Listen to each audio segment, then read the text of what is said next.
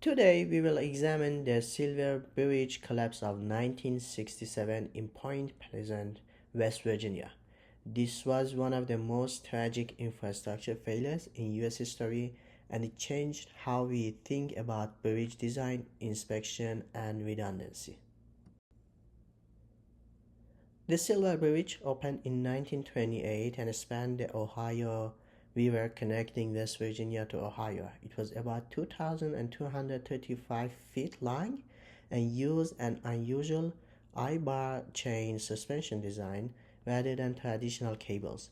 At the time, it was considered innovative. For nearly 4 decades, it carried heavy traffic along US Route 35. The bridge served the public for nearly 40 years.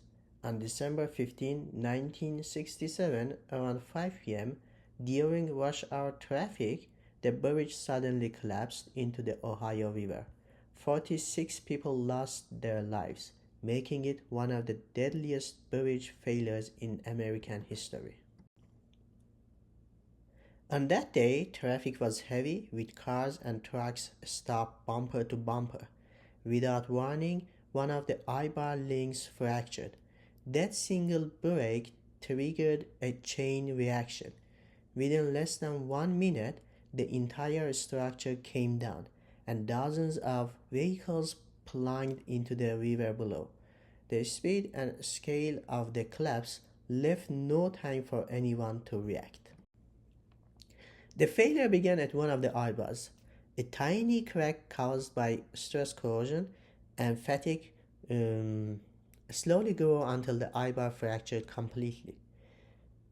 Because the eyebar system lacked redundancy, once one member failed, the entire load path was broken. This was catastrophic. Another factor was that the bridge was designed for 1920s vehicles, but by the 1960s, traffic loads had grown much heavier than originally anticipated. The National Transportation Safety Board investigation in 1969 concluded that the collapse was caused by stress corrosion cracking and brittle fracture of an eyebar link. Inspectors found that there was no backup load path, meaning if a single critical member failed, the bridge would collapse. Furthermore, the inspection practices of the time were not capable of detecting such small cracks before they grew to failure size. Several factors contributed. The eyebar-chain suspension design was unique to that era and not widely used afterward. The weight and volume of vehicles in the 1960s far exceeded what engineers of the 1920s had envisioned. Inspection technology at the time was limited. Methods like ultrasonic testing and fracture mechanics analysis were not standard practice, and the corrosion that started the problem was hidden inside the joint, invisible to surface level inspection. This case underscores several important lessons. First, redundancy is essential. A structure should not collapse because of a single failure.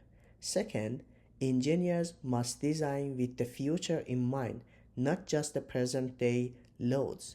Third, aging infrastructure requires rigorous, ongoing inspection and maintenance.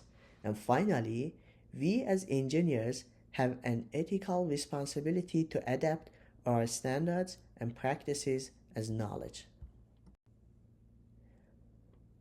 The collapse led directly to the establishment of the Federal Bridge Inspection Program in 1968.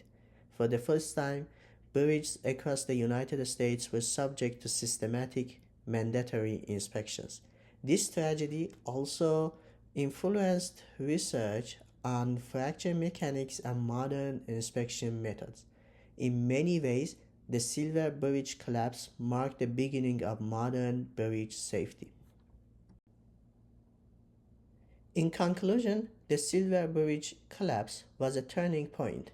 It showed the dangers of non-redundant designs and the risks of neglecting inspection and maintenance. The key lesson is clear: redundancy and proactive inspections save lives.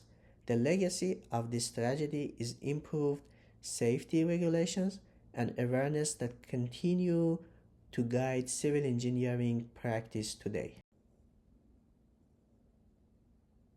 Our next case study will focus on the Tacoma Narrows Bridge, often called Galloping Gertie.